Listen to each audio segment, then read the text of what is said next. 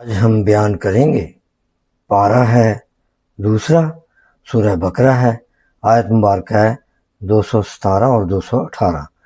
اعوذ باللہ من الشیطان الرجیم، بسم اللہ الرحمن الرحیم۔ یسألونک، آپ سے پوچھتے ہیں، سوال کرتے ہیں، ان الشہر الحرام قتال فیہ، کہ مہینہ جو حرمت والا ہے اس میں لڑنے کے احکامات کیا ہیں؟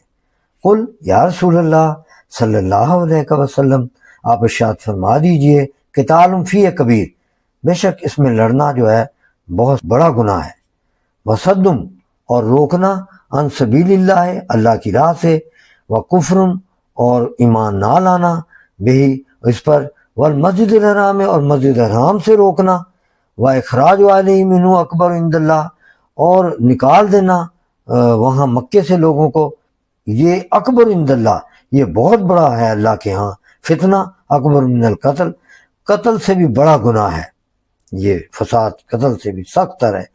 ولا یزالون یقاتلونکم، اور ہمیشہ رہیں گے تم سے لڑتے۔ اب یہ اس کی شان نزول ہے کہ سید عالم صلی اللہ علیہ وسلم عبداللہ بن حجش کی سرکردگی میں مجاہدین کی ایک جماعت روانہ فرمائی، اس نے مشرکین سے قتال کیا۔ ان کا خیال تھا کہ وہ جو روز ہے جب جنگ ہو رہی تھی تو جمادی یعنی اخرا کا آخری دن ہے، در حقیقت چاند 29 کو ہو گیا اور وہ رجب کی پہلی لگ گئی۔ اس پر کفار نے مسلمانوں کو آڑ دلائی کہ تم نے ماہ حرام میں جنگ کی، اور حضور سے اس کے مطابق آ کے سوال کرنے لگے۔ اس پر یہ آیت نازل ہوئی، مگر صحابہ سے یہ گناہ واقع نہیں ہوا کیونکہ انہیں چاند ہونے کی خبر ہی نہیں تھی۔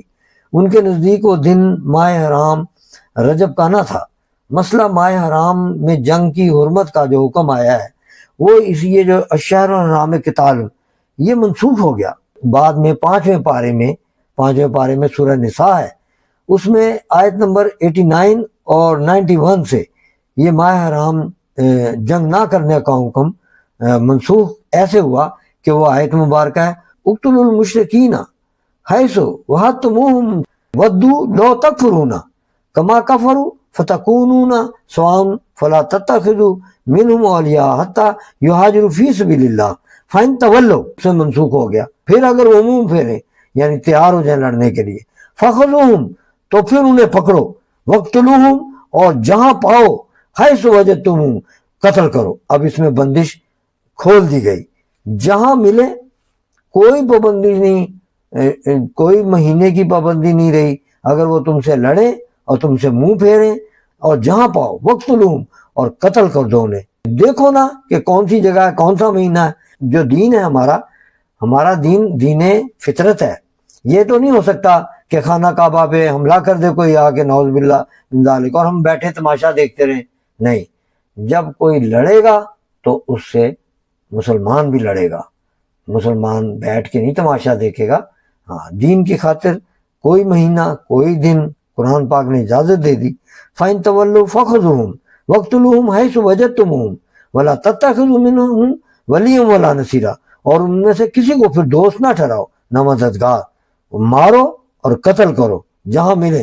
إِلَّا الَّذِينَ يَصِلُونَ إِلَىٰ قَوْمٍ بَيْنَكُمْ وَبَيْنَهُم مِّيثَاقٌ، مگر وہ جو ایسی قوم ہے جسے علاقہ رکھتے ہو تم میں، ان میں کوئی معاہدہ ہے۔ ہاں، وَجَاءُوكُمْ حَسِرَتْ صُدُورُهُمْ أَن يُقَاتِلُوكُمْ أَوْ يُقَاتِلُوا قَوْمَهُمْ، ہاں، ان کے دلوں میں سخت نہ رہی ہو تم سے لڑنے کی، پھر چھوڑ دو۔